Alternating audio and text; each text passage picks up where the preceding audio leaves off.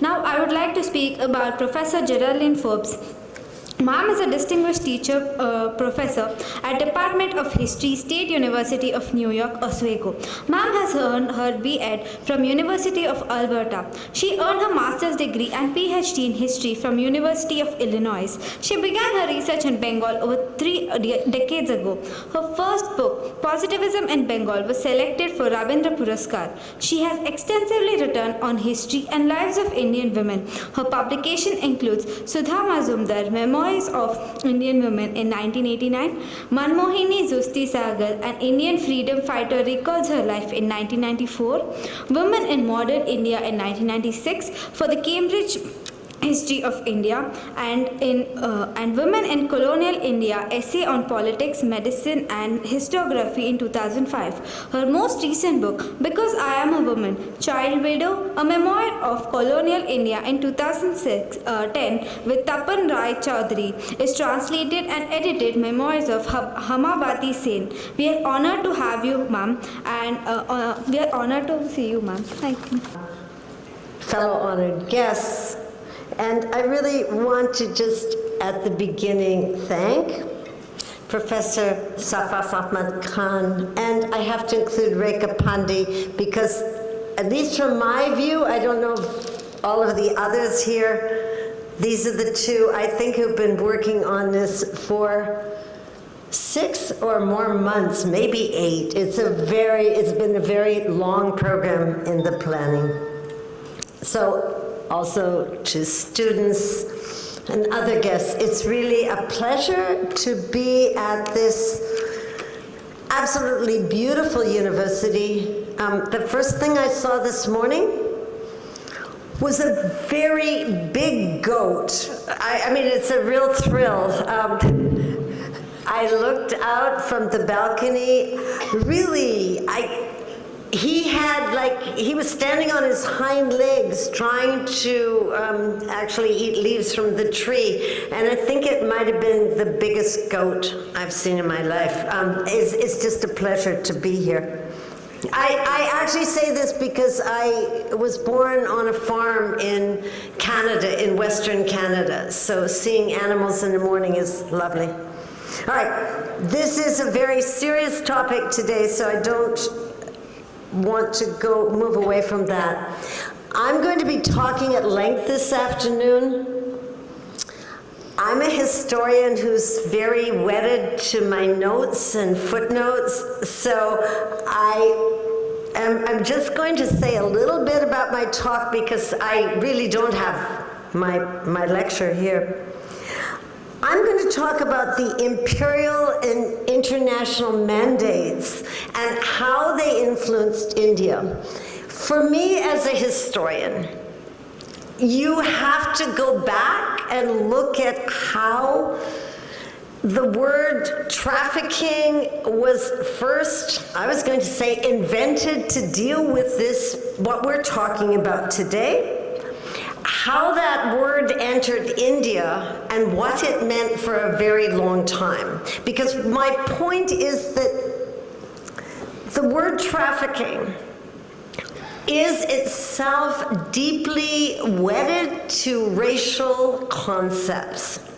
And I think that some of the issues we have, and I think this has been spoken to today by people about, is the need to actually break it down. There have been wonderful examples of the children on the train to Delhi, about a 13-year-old girl in Mumbai, about another child. And I think for us, it's these details, understanding these details that matters.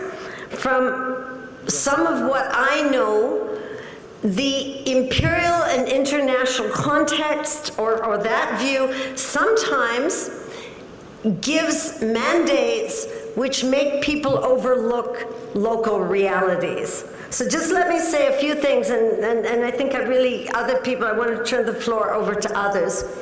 Trafficking as a word, of course, is an English word. It was never used until the 19th century. The first example we have is 1851.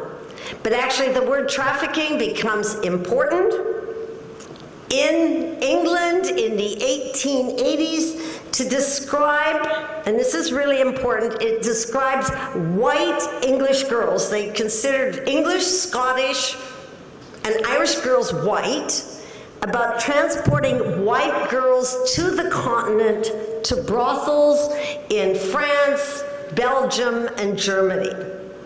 The concern was very racial, that white girls were being prostituted to what they considered European men as darker and not necessarily white. The term actually enters India. The term is first used in India by what's called the National Vigilance Association, who are concerned with white women being trafficked to India because they feel that that erodes the prestige and the status of the ruling race. In 1912, the first bill was proposed in India. Anti-trafficking was about white slavery. So I'm going to develop this further this afternoon, but the way in which, from the beginning, the issue of Indian women was really overlooked. And it was overlooked in the extent that I would say the British traffic girls. We have the documents that show them ordering girls, asking for girls to be sent to cantonment brothels. But this became an issue only in a kind of way where people said, here are these poor girls, this is terrible, now let's move on to other topics. And so this is, again, what I want to develop, the ways in which I think sometimes, or at least historically, the issue was brought to India, but it was to the neglect of Indian girls and women. And even in a lot of the anti-trafficking work that went on in the 1920s in India, there was not any good studies that would inform the issues. As late as the 1970s, many women's organizations worked against prostitution and trafficking, but at the same time said that prostitution was necessary because Indian men were sexually aggressive, and if there were not prostitutes, good girls would be harmed. So again, I want to sort of explore this background of how the word came in, how it was used, and how I think there has been a problem with actually neglecting what many people talked about this morning, which are local issues. Patriarchy, police who perhaps will not register cases, people who overlook things. So, thank you.